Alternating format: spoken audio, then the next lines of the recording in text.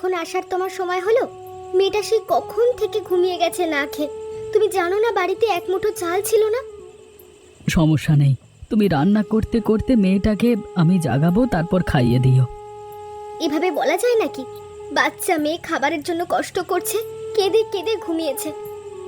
কি করব কিছুই তো বুঝতে পারছি না। আমি তো আমার সর্বোচ্চটা দিয়ে করবার চেষ্টা করছি। তা আজকে জমিদার বাবু টাকা দিয়েছেন? জমিদার বাবু যদি টাকা না দেয় তাহলে বাজার করলাম কোত্থেকে? তবে সব টাকা দেয়নি, কিছু টাকা দিয়েছে। জমিদার বাবু তো এত টাকা পয়সার মালিক, তারপরও মানুষের টাকা নিয়ে এত ঘুরান কেন কে জানে? বড়লোকেরা গরিবের টাকা নিয়ে ঘুরিয়ে মনে শান্তি পান, তাদেরকে কম টাকা দিয়ে শান্তি পান। এটাই তো তাদের বড়লোকের বৈশিষ্ট্য। তা দেখছি কোনো সবজি কেননি। আপাতত তুমি যা এনেছি তাই রান্না করো, কালকে সবজি নিয়ে আসবো। এখন রান্না করতে করতে মনে হচ্ছে সকাল হয়ে যাবে। তাহলে তো ভালোই হলো, সকালে আর তোমার উঠে রান্না করা লাগবে না। চুপ করো তো, তুমি কি বলি না জানি একটা কথা বলে দাও। কি রে গোপাল, কি সবজি নিবি বল, তোকে দিচ্ছি। আগে কোনটার কত দাম সেটা বলো, তারপরেই নেব, না হলে নিতে পারবো না। দাম নিয়ে তোকে চিন্তা করতে হবে না, দাম আগের চেয়ে কমেছে, নিয়ে নে। দাম কমলেও আমার আগে জানা দরকার, আমার কাছে টাকাও তো নেই। আমি কি কাজ করি তা তো ভালো করেই জানো। বেগুন 80 টাকা, করলা 100, টমেটো 70 টাকা।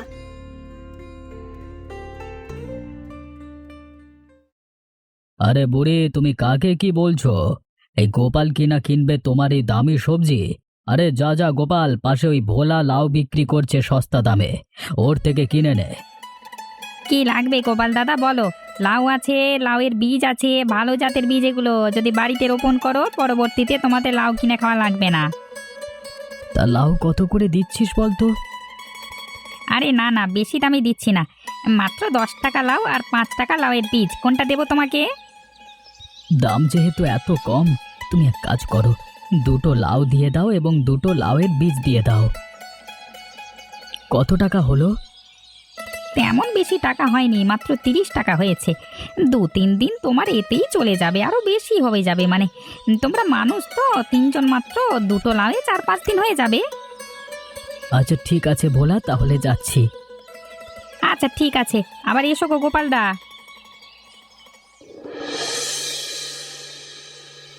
বাবা, কি এনেছো? কি এনেছো আমাদের জন্য? কি এনেছো? নতুন বাজার এনেছো? দেখো মা দেখো, বাবা আবার লাউ এনেছে। প্রতিদিন এভাবে লাউ খেতে কারোর ভালো লাগে? আর কত লাউ খেতে চায় বাবা? তুমি জিজ্ঞাসা করো তো মা। কি গো, তুমি আজকেও লাউ এনেছো? তোমাকে না বলেছি লাউ আনা নিষেধ। একই লাউ আর কতদিন খেতে ভালো লাগে? মেয়েটা লাউয়ের তরকারি দিয়ে ভাত খেতে চায় না, তুমি তারপরও লাউ নিয়ে এসেছো। এই সপ্তাহ এ নিয়ে চালিয়ে নাও, পরের বার মাছ বা অন্য কিছু আনবো।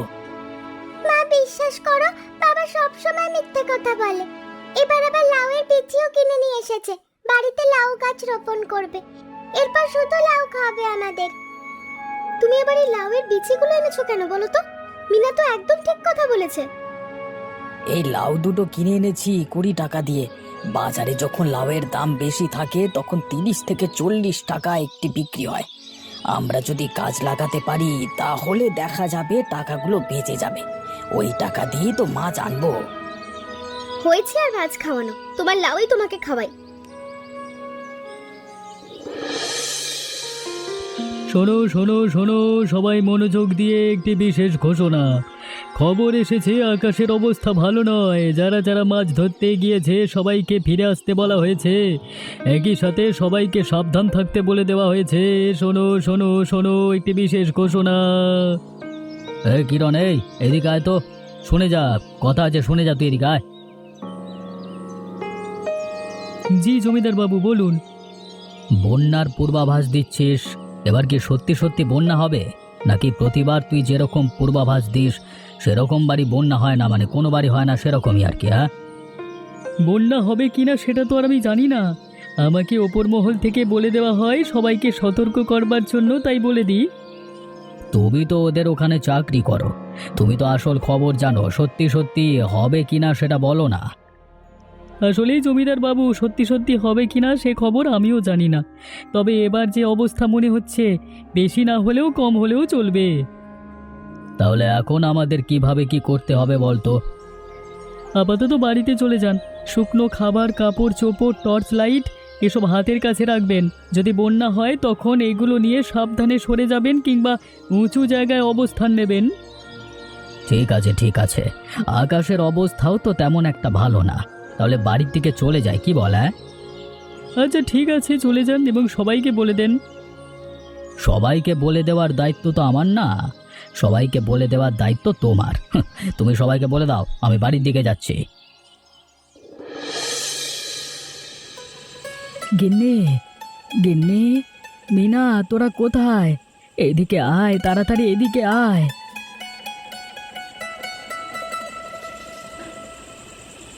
কি হয়েছেটা কি? এত চেঁচামেচি করছো কেন তুমি এখানে এসে? আকাশের অবস্থা কেমন দেখতে পাচ্ছ না? তোমাদের তো দেখছি কোনো কাণ্ডজ্ঞান নেই।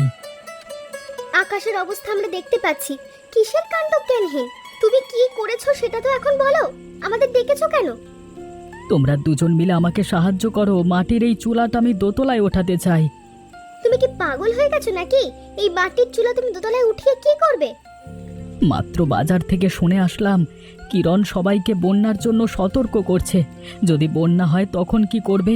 রান্না বান্না না করলে না খেয়ে মরে যাবে বন্যার সময়। পাগল হয়ে গেছো নাকি? এসব বন্যা টন্যা কিচ্ছু হবে না। এত কষ্ট করে এই মাটির চুলা উপরে তোলা লাগবে না। এত বেশি কথা বলছো কেন? যদি বন্যা হয় তখন কি করবে? আমি যেটা বলছি সেটা করো, আমাকে সাহায্য করো, এটা তুলতে বেশি সময় লাগবে না। বাবা, আমি সত্যি বলছি বন্যা আসবে না, তুমি দেখে নিও। শুধু শুধু কষ্ট করো না। মেয়েটাও হয়েছে ওর মায়ের মতো, আমার কোনো কথা শোনে না, মা যা বলে সেটাই করে। তোমাকে তো কথা বলে কোনো লাভ নেই। তুমি যেটা একবার ঠিক করো সেটা তো করেই ছাড়ো। এখন আমরা কি করতে পারি সেটা তো বলো। তেমন কিছুই না, আমি একা তো এটা ওঠাতে পারবো না। তোমরা দুজনে একটু সাহায্য করো তাহলেই হবে। কোন পাগলের সঙ্গে যে সংসার করছি কে জানে। গোপালদা কি করেছেন জানেন জমিদার বাবু? গোপাল আবার কি করেছে? হ্যাঁ, ওই জানি না তো, কি শুনি। গতকাল বন্যার কথা বলে গেল না কিরণ, সেই বন্যার কথা শুনে গোপাল নাকি নিজের মাটির চোলা দোতলায় তুলে ফেলেছে। ভাবুন তো কত বড় বোকা হতে পারে গোপালদা। তুমি এটা ঠিক কথাই বলেছো ভোলা। আমাদের গ্রামে যদি দুটো বোকা মানুষ থাকে, তার মধ্যে একটি হচ্ছে গোপাল, অন্যটি হচ্ছে কিরণ। কেন বাবু, কিরণ আবার কি করলো? এখনো বুঝতে পারছো না কিরণ কি করেছে? প্রতিবার বলে বন্যা হবে বন্যা হবে, আমাদের সতর্ক করে, কিন্তু একবার বন্যা হয় না। ওর জন্য শুধু শুধু আমরা পেরেশানিতে পড়ি। আমরা যা করবার করি, কিন্তু গোপালদা এইসব কি করছে? সে পাশের গ্রামে যারা আছে তারাও এটা শুনে হাসি ঠাট্টা করছে গোপালদাকে নিয়ে। আরে গোপাল মানুষ যেমন, করবেও তো তেমন, তাই না? এর চাইতে ভালো কি আর আশা করতে পারছো ওর কাছ থেকে?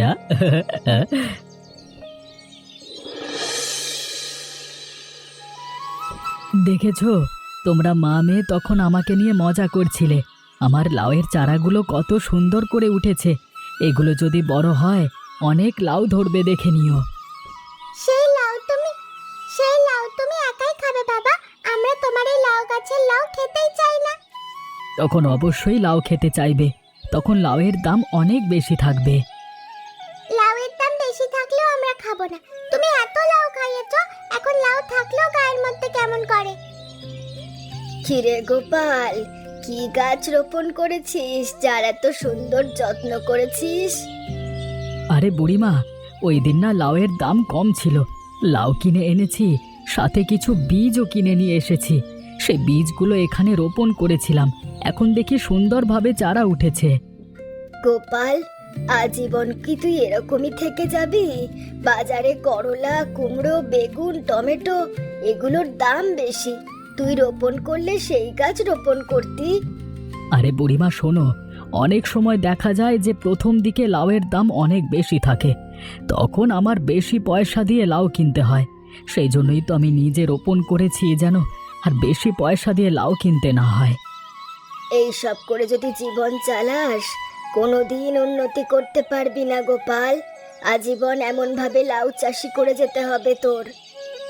ওপরওয়ালা যেরকমটা রেখেছে এতেই আমি খুশি।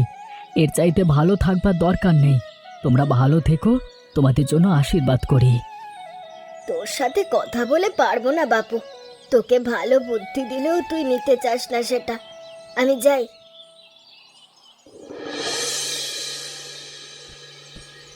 সবাই সাবধানে থাকবেন, যে যার ঘরে নিরাপদে আশ্রয় নেবেন, বাইরে বের হবেন না।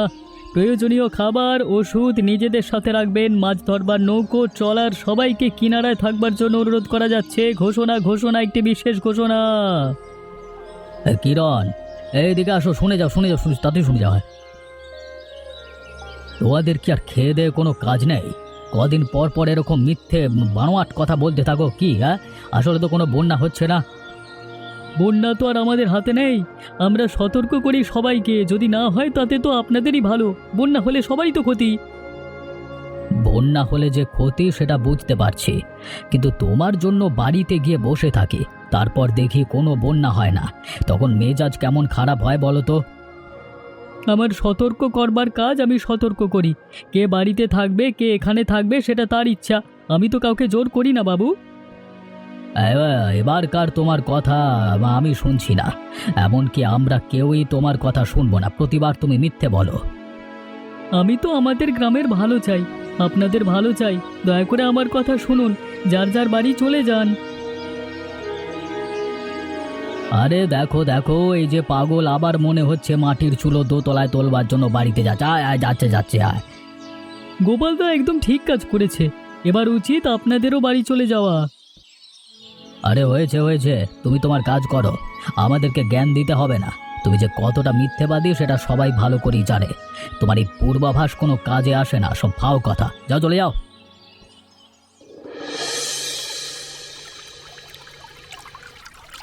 তোমরা তো আমার কথা শুনতে চাও না। এখন দেখলে তো আমার কথা কাজে আসলো। আমার কথা না শুনলে এখন কেমন হতো আমাদের বলো তো? আজ পর্যন্ত এই জীবনে তোমার একটা কথা কাজে লাগলো? এতদিন যা বলেছো একটা কোথাও কাজে লাগেনি। কোনটা কাজে লাগবে আর কোনটা লাগবে না সেটা তো আর আমি জানি না। আমি সব কিছুতেই সতর্ক থাকি, যেটা আমাদের থাকা উচিত। তবে এবার তোমার প্রশংসা না করে আর পারছি না। তোমার জন্যই আমরা বেঁচে গেলাম। তখন রাতে যখন বলছিলাম চলো দোতলায় চলো, সব কিছু নিয়ে যাই, তখন তো চেঁচামেচি করছিলে। তখন কি আমি বুঝেছি সত্যি সত্যি বন্যা হয়ে যাবে? এর আগে তো কখনো হয়নি।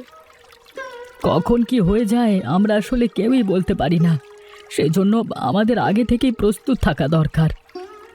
তুমি যদি আগে থেকে প্রস্তুত না থাকতে, আজকে আমার মেয়েটার যে কি হতো।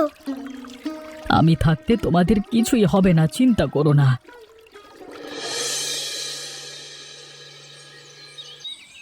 জমিদার বাবু, এবার মনে হচ্ছে আমার কিরণের কথা না শুনে আমরা খুব বড় ভুল করেছি। বাড়িঘর সব কিছু পানিতে ডুবে গেছে, জিনিসপত্রও কিছু বাঁচাতে পারিনি। বন্যার স্রোতে সব ভেসে গেছে। চাল ডাল শুকনো খাবার কিছুই বাঁচেনি। রান্না যে করব কোনো অবস্থাতেই তো নেই। তোমরা গরিব মানুষ, তোমাদের অল্প কিছু গিয়েছে। আমি জমিদার মানুষ, আমার কত কিছু গিয়েছে। আমার জিনিসপত্র সব কিছু ভেসে গিয়েছে। এখন আবার কি হবে বলতো? কেন যে ওই কিরণের কথা শুনলাম না কে জানে। কিভাবে শুনবো? প্রতিবার কিরণ এভাবে সতর্ক করত, কিন্তু দেখা যেত দিন শেষে কোনো ধরনের বন্যাই হয়নি। সেই জন্যই তো আমার কথা বিশ্বাস করেনি। এখন কিভাবে যে কি করব কিছুই বুঝতে পারছি না। রান্না বান্না খাবার দাবার সব কিছুই তো বন্ধ। ছেলে মেয়ে সব না খেয়ে আছে। আরে এত চিন্তা করতে হবে না, একদিনের মধ্যে সমস্ত জল নেমে যাবে, তারপর সব কিছু ঠিক হয়ে যাবে, দেখে নিও। জল নামলে তো ভালো, যদি কোনোভাবে জল আটকে থাকে কিংবা বন্যার জল আবার উঠে যায় তখন কি করব কে জানে। আরে কিরণের মতো অতিরিক্ত কথা বলো না তো। অতিরিক্ত কথা আমার মোটেও পছন্দ নয়। যেটা হবে দেখা যাবে। যাও, যা যার মতো যাও এখান থেকে।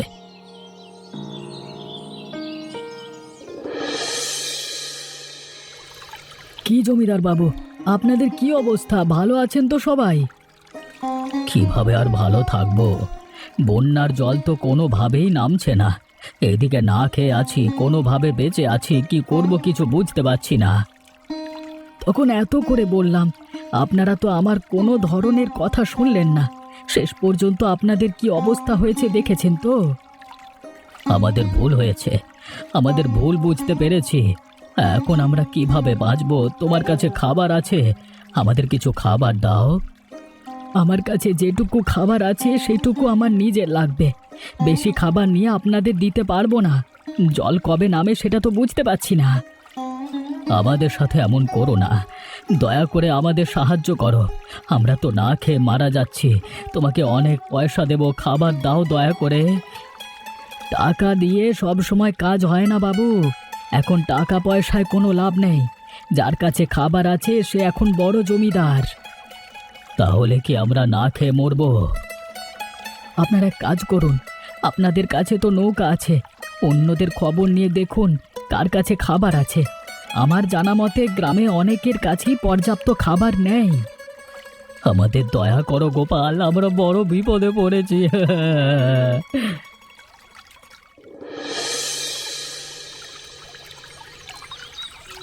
তুই কি করেছিস গোপাল?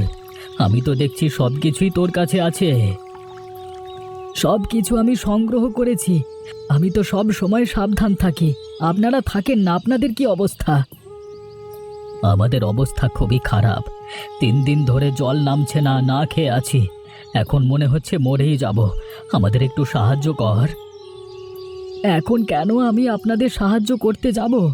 আপনারা তো তখন আমাকে নিয়ে অনেক হাসি ঠাট্টা করতেন। আমি ভুল করে ফেলেছি, দয়া কর, যত টাকা লাগে নে, দয়া কর আমাকে একটু খাবার দে। এই যে আমার সেই লাউ গাছ, বুড়িমা চিনতে পেরেছো তো?